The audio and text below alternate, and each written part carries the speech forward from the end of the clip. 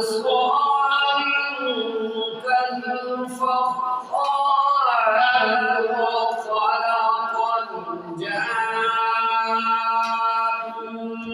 من مارج من نار فبأي آلاء ربكما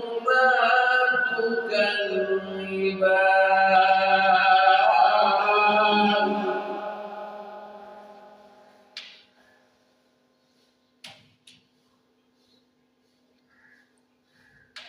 رب المشرقين ورب